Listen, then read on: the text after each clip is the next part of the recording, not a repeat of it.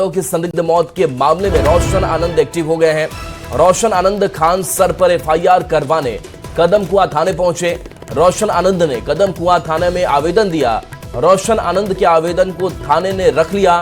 फिलहाल आवेदन पर एफआईआर दर्ज नहीं हुआ। कदम कुआं थाना आवेदन पर विचार कर रहा है।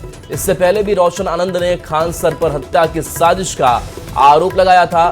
खान सर पर इस मामले में पहले से एक एफआईआर दर्ज है। अब खान सर की मुश्किलें बढ़ सकती है। कदम कुआं थाने में पहुंचने के बाद रोशन आनंद ने कहा उन्हें झूठा आरोप लगाकर जेल भेजा गया। फैजल खान ने उनके भाई की हत्या कराई, लेकिन एफआईआर दर्ज नहीं किया गया। रोशन आनंद ने कहा कि दबाव की वजह से एफआईआर दर्ज नहीं किया गया। रोशन आनंद ने एक बार फिर से इंसाफ की अपील की है।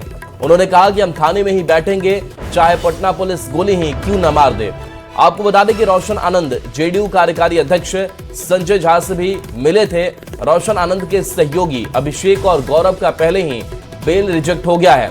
शुक्रवार को फिर जिला जज के पास रोशन आनंद के वकील जमानत की अर्जी देंगे। वहीं खान सर के गार्ड मामले में 20 जून को सुनवाई होनी है। लेकिन जब आज हम एफआईआर दर्ज करवाने के लिए आए हैं तो हमारा एफआईआर नहीं लिया जा रहा है। हम पिछले 5 घंटा से कदम कुआं थाना में बैठे हुए हैं। अब किसके दबाव में एफआईआर नहीं लिया जा रहा है ये तो कदम कुआं के थाना अध्यक्ष महोदय बताएंगे। लेकिन अगर आज एफआईआर दायर नहीं होता है तो हमारे भाई को न्याय नहीं मिलने वाला है। और जब तक एफआईआर दायर नहीं होगा हम यहीं पर बैठेंगे। और देखिए पटना से बड़ी खबर, टेंडर घोटाला के किंग पिंग ऋषु श्री से पूछताछ। एसवीयू ने लंबी पूछताछ की। 15 घंटे तक एसवीयू की टीम ने पूछताछ की। आपको ये बताते चलें, एसवीयू की 3 अलग अलग टीमों ने पूछा है ऋषु श्री से। अलग अलग समय में पूछताछ की है। स्पेशल विजिलेंस यूनिट के सवालों से ऋषु श्री ने बचने का काफी प्रयास किया। सवालों का जवाब देने में काफी आनाकानी भी की। पूछताछ की शुरुआत में ही ऋषु श्री ने पहले तो वो खामोश रहा, फिर बार बार सवाल पूछने पर अनमने ढंग से जवाब दिया। वीडियोग्राफी शुरू करने पर कुछ सवालों का जवाब दिया। एसवीयू ने सबसे अधिक सवाल टेंडर में गड़बड़ी को लेकर किया और टेंडर में कमीशन के बल पर हेराफेरी, अफसरों से साठगांठ को लेकर सवाल उठाए। ऐसे में बड़े आरोपियों के नाम को लेकर चुप्पी साध लिया ऋषु श्री ने और अगले 3 दिनों तक ऋषु श्री से पूछताछ होने वाली है। तो देखिए ऋषु श्री की मुश्किलें बढ़ती जाएंगी और ऐसे में एसवीयू अपना काम कर रही है। एसवीयू ने लगातार कई सवाल पूछे हैं, टेंडर घोटाले से जुड़ी हुई और अफसरों से साठगांठ को लेकर के भी सवाल पूछे, लेकिन कई बार चुप्पी साधे रखा ऋषु श्री ने। यानी कि ऋषु श्री ने एक तरीके से बहुत ही अनमने ढंग से सवालों के जवाब दिया, वो भी वीडियोग्राफी ऑन करने के बाद। तो काफी आनाकानी की पूछताछ में। बड़ी खबर मुजफ्फरपुर से है, जहां उत्पाद विभाग की टीम ने शराब तस्करी के खिलाफ बड़ी कार्रवाई की है। लग्जरी कार से शराब की खेप लेकर पहुंचे 2 नवविवाहित जोड़ों को गिरफ्तार किया गया है। छपरा मुजफ्फरपुर बॉर्डर पर कार को रोककर जब तलाशी ली गई तब जांच में करीब 5 लाख रुपए की विदेशी शराब बरामद हुई। उत्पाद विभाग ने 2 महिलाओं और उनके पतियों को गिरफ्तार कर न्यायिक हिरासत में भेजा है। अब पूछताछ के आधार पर स्थानीय शराब कारोबारियों की पहचान और गिरफ्तारी की कार्रवाई की जा रही है। जब उस वाहन की जांच की गई तो उसमें 2 जोड़े पति पत्नी और दोनों ही हरियाणा के रहने वाले थे और गाड़ी के पिछले सीट के नीचे और डिक्की में पूरी तरह से विदेशी शराब जो कि ब्लू स्ट्रोक था, पेट बोतल 180 ml का पूरा लगभग 1700 पेट बोतल पूरे गाड़ी में भरे हुए। खबर पटना सिटी से, जहां एक रिटायर्ड शिक्षिका से अपराधियों ने छिनतई की वारदात को अंजाम दिया है। यह घटना बहादुरपुर थाना क्षेत्र की है। चोर महिला के गले से सोने की चेन झपटकर मौके से फरार हो गए।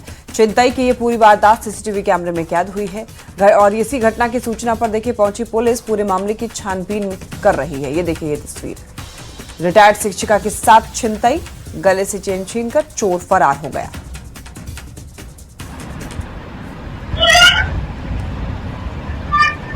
तो बड़ा कीजिएगा, पड़ जाएगा।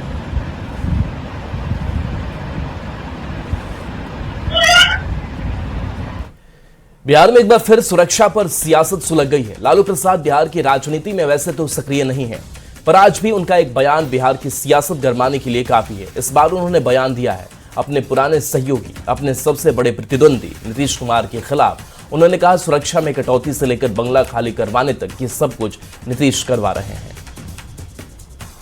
और इधर सिक्योरिटी आप लोगों की खत्म कर दिया उन्होंने। नीतीश कुमार सब कुछ, नीतीश कुमार सब कुछ।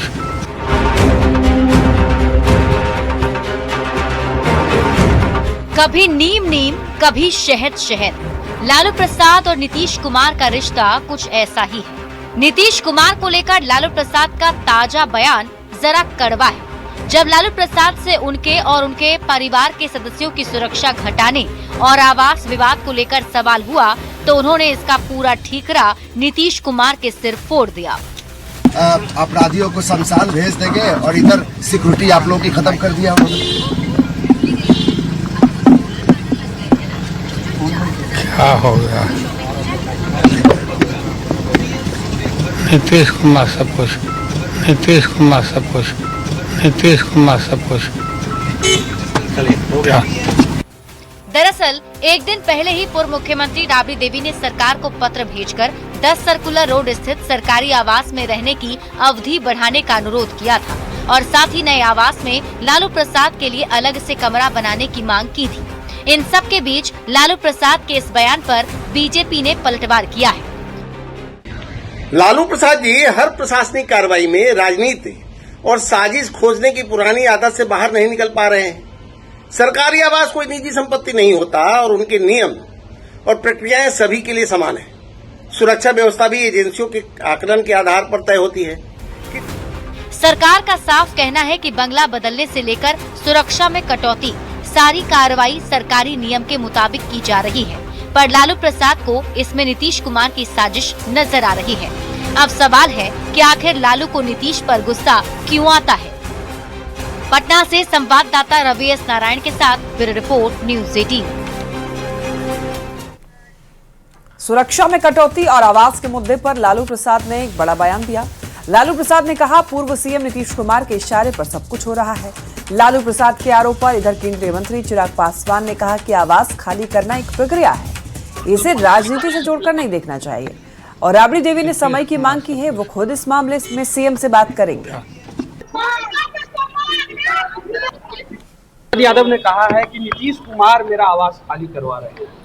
देखिए, आवास खाली कराना ये नियमों के आधार पर होता है। मेरा भी घर खाली करवाया गया था, ये नियम के आधार पर होता है। ये इसको मुझे नहीं लगता कि राजनीति से जोड़ के देखना चाहिए। पर हाँ, जिस तरीके से आदरणीय राबड़ी जी ने कुछ चीज़ों समय की मांग की है व्यवस्था को और बेहतर करने के लिए, मुझे नहीं लगता ये इतना मुश्किल विषय है। ज़रूर इस पे सरकार सोचेगी। मैं मुख्यमंत्री जी से इस बारे में बातचीत करूँगा। आरजेडी प्रमुख लालू प्रसाद ने सुरक्षा में कटौती के पीछे पूर्व मुख्यमंत्री नीतीश कुमार को जिम्मेदार ठहराया, जिस पर पूर्व केंद्रीय मंत्री अश्विनी चौबे पलटवार किया। उन्होंने कहा कि सुरक्षा व्यवस्था सरकार की समीक्षा प्रक्रिया के तहत तय होती है और किसी व्यक्ति विशेष के कहने पर नहीं। लगा है जिस पर भी आरोप है, नीतीश जी आज सरकार के मुखिया नहीं है और इसलिए जिन्होंने कोई सुरक्षा, तब उन्होंने सुरक्षा वापस कर दिया, सुरक्षा कहाँ हटा गया। तो ये तो सरकार जो समय समय पर अन्वेषण करती है किसको कितना के जरूरत है, क्या है, नहीं है, जरूरत के मुताबिक सरकार कैटेगरी देती है और गृह मंत्रालय भारत सरकार देती है। तो उससे क्या मतलब, जहाँ बिहार सरकार का है उनके पास मुहैया कराया होगा। लालू प्रसाद और राबड़ी देवी की सुरक्षा में कटौती पर पुलिस मुख्यालय की सफाई। देखिए, सोशल मीडिया के जरिए मुख्यालय की ओर से सफाई दी गई है। पुलिस मुख्यालय ने सुरक्षा को लेकर दावा किया। विशेष सुरक्षा दल अधिनियम के तहत सुरक्षा अंगरक्षक, आवास गार्ड और स्कॉट गार्ड की सुरक्षा और पायलट के अतिरिक्त यहाँ पर बीआर कार भी उपलब्ध, सादे लिबास में भी सुरक्षा कर्मी उपलब्ध। दोनों नेता को अनुमानियता के मुताबिक सुरक्षा। तो देखिए, यहाँ पर आपको ये बताते चले, ये बड़ी खबर इस वक्त पटना से और मुख्यालय की तरफ से सफाई दी गई है इस पूरे मामले पर। लालू प्रसाद और राबड़ी देवी की सुरक्षा में कटौती और आवास का जो मुद्दा है वो तूल पकड़ता जा रहा है। लगातार इसको लेकर सियासत हो रही है और इसी क्रम में यहाँ पर अब पुलिस मुख्यालय की तरफ से सफाई दी गई। को शमशान भेज देंगे और इधर सिक्योरिटी आप लोगों की खत्म कर दिया उन्होंने। क्या हो गया? नीतीश कुमार सब कुछ, नीतीश कुमार सब कुछ, नीतीश कुमार सब कुछ। क्या राजगीर से बड़ी खबर, जहां चोरी के आरोप में पिटाई मामले में 2 युवक की मौत हुई थी। 2 युवक की पिटाई का वीडियो वायरल है। वीडियो में हैवानियत की हदें पार दिखाई दे रही हैं। कई लोगों ने बेरहमी से पिटाई की थी। 15 जून को यह मॉब लिंचिंग हुई थी। चोरी के 2 आरोपी की मौत हुई थी। झुनकिया बाबा मंदिर की यह घटना थी। मामले की जांच के लिए अब SIT गठित कर दी गई है। मलमास मेले में चोरी की घटना को लेकर यह मॉब लिंचिंग हुई थी।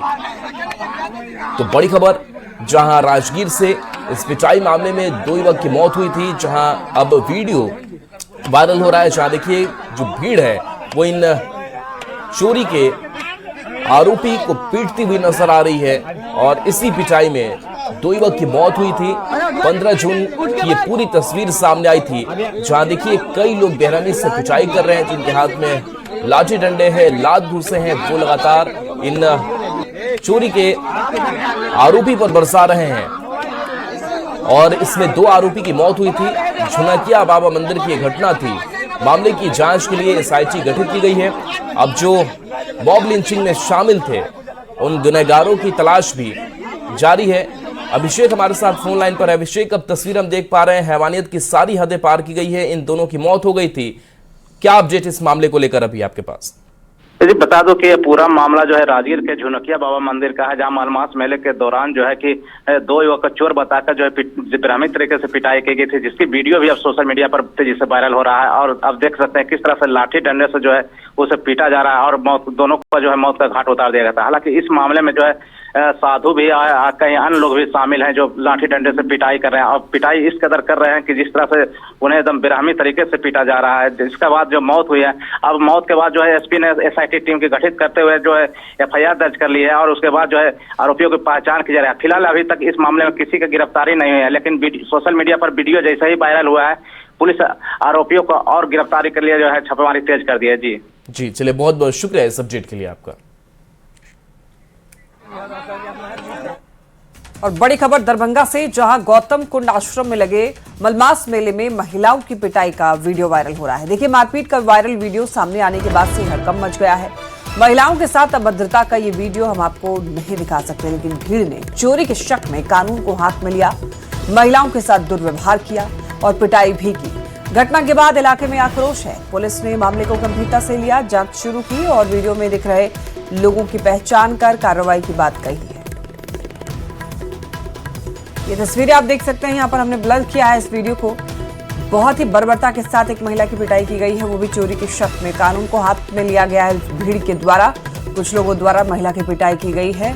और आपको ये बताते चलें कि महिलाओं के साथ यहाँ पर अभद्र व्यवहार करते हुए कुछ लोग दिखाई दे रहे हैं। दरभंगा का ये मामला है, मलमास मेले के दौरान की खबर जहानाबाद से है, जहां निजी क्लिनिक में महिला की इलाज के दौरान मौत हो गई, जिसके बाद परिजनों और स्थानीय लोगों में भारी आक्रोश देखने को मिला। परिजनों ने इलाज में लापरवाही का आरोप लगाते हुए जमकर हंगामा किया। परिजनों ने बताया कि मरीज की स्थिति खराब होते ही रेफर करने की मांग की, लेकिन क्लिनिक के स्टाफ ने एक नहीं सुनी। घटना से नाराज लोगों ने क्लिनिक के बाहर जमकर विरोध प्रदर्शन किया। हंगामे के चलते शहर के अस्पताल मोड़ पर करीब 1 घंटे यातायात बाधित रहा। सूचना मिलने पर पुलिस और प्रशासनिक अधिकारी मौके पर पहुंचे और लोगों को समझाने में जुट गए। कि मेरी मरीज को छोड़ दीजिए, हम कहीं लेके चल जाएंगे, लेकिन बोलिस कि नहीं हम अच्छा से कर देंगे, कुछ नहीं होगा। और जब बच्चा हो गया उसके बाद बच्चा को भी नहीं रो रही है और खाली करिए पैसा दीजिए। उसने बोला कि डिलीवरी हो जाएगा नॉर्मल, ठीक है। हमने बोला अगर मैडम नहीं होता तो आप जवाब दे दीजिए, हम आगे लेके जाएंगे। बोले नहीं, सुई दे रहे हैं, दावा दिए हैं, दर्द होगा, डिलीवरी हो जाएगा।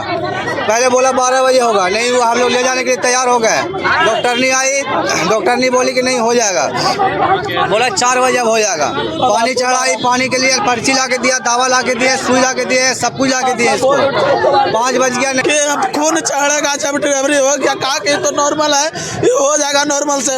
डिलीवरी जब हो गया तो कहा कि बच्चा हो गया, ओकर बाद बढ़िया से सब ठीक ठाक से फिर वो एक भाई कहता है जब डेट कर गया रोगी तो कहता है कि खून लाइए, तो खून एक भाई के लाने के लिए गया सरकारी हॉस्पिटल, तो कह रहे हैं कि नहीं हम चढ़ावेंगे सरकारी हॉस्पिटल में लेके जाइए। और देखिए, बिहार में ऑपरेशन लंगड़ा अपराधियों का काल बन गया है। 24 घंटे के भीतर पुलिस ने 4 एनकाउंटर किए, जिसमें 4 अपराधी घायल हुए, जबकि 1 की मौत हो गई। इधर सीएम सम्राट चौधरी ने अपराधियों को सख्त चेतावनी दी है कि या तो अपराध छोड़ दो या भारत छोड़ दो। रिपोर्ट आपको दिखाते हैं। 24 घंटे में 4 एनकाउंटर, 1 की मौत, 4 घायल। अपराधियों को सीएम का संदेश, अपराध छोड़ो या देश। बिहार में ताबड़तोड़ हो रहे एनकाउंटर ने अपराधियों को सख्ते में डाल दिया है। 24 घंटे के भीतर 4 एनकाउंटर से अपराधियों में दहशत है। 16 जून गोपालगंज यूपी का शराब तस्कर किशन कुमार का हाफ एनकाउंटर। गयाजी लूटकांड में फरार चल रहे 2 आरोपियों का हाफ एनकाउंटर। 17 जून मुजफ्फरपुर में कुख्यात अपराधी अमित कुमार सिंह का हाफ एनकाउंटर। आरा में पुलिस मुठभेड़ में अपराधी के पैर में गोली लगी, इलाज के दौरान मौत। पुलिस अपराधियों की गोली का जवाब गोली से देने में अब संकोच नहीं कर रही, क्योंकि बिहार के मुख्यमंत्री का साफ कहना है कि पुलिस के हाथ खोल दिए गए हैं और कानून हाथ में लेने वालों पर 48 घंटे में कार्रवाई हर हाल में होगी।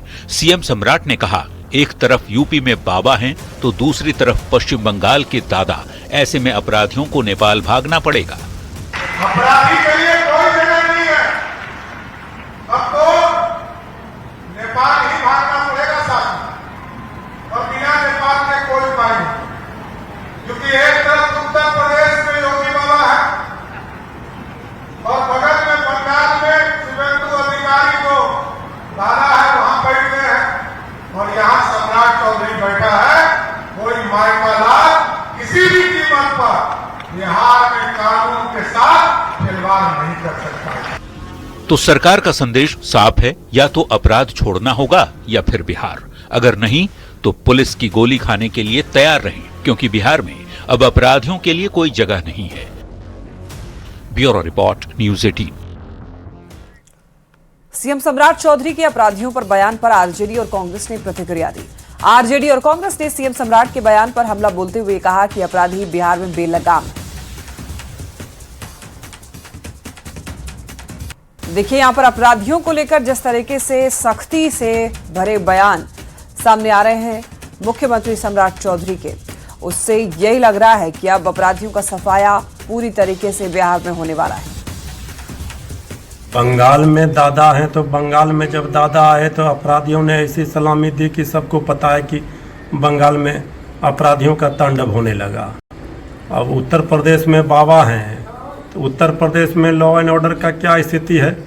वहाँ तो सिर्फ धर्म के नाम पर झगड़ा फसाद करवाना है, उन्माद फैलाना है। अब बिहार में भी अपराधी तांडव कर रहे हैं।